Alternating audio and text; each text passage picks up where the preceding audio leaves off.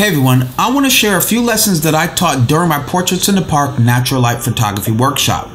One is, composition is king. Regardless of the camera or lenses you own, composition reigns supreme. Too many times photographers are amazed, stunned, or even just satisfied with the photos coming straight out of their camera because their camera is able to capture a high quality photo. Your goal should be to look further than just the quality coming out of your camera.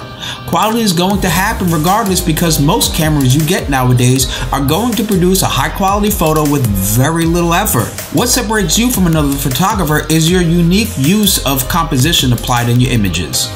Remember to shoot in threes. To help establish a narrative, remember to shoot wide, medium, and close-up shots. Now, I'm not saying for you to choose one image from each type in your final images, but applying this method would allow you to have a dynamic range of composed images to work with. Don't forget the power of perspective. I honestly believe, aside from the rule of thirds, perspective is one of the easiest but yet most forgotten compositional rules beginning portrait photographers forget to apply. We don't experience life only at eye level. So why should all of our images be taken this way? Try capturing portraits above eye level, slightly downward.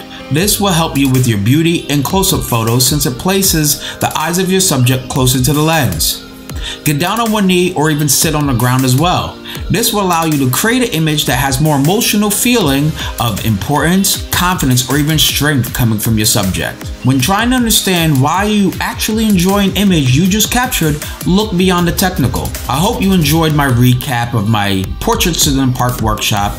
If you like what I had to share, feel free to join me at any of my upcoming portrait photography workshops. You can head to my website at robertsilverphotography.com, click on workshops, and find those dates and details. If you like this video and you would like to see more, don't forget to hit that like, share, and subscribe to my channel. I'm Robert Silver, and until next time, keep shooting and stay creative.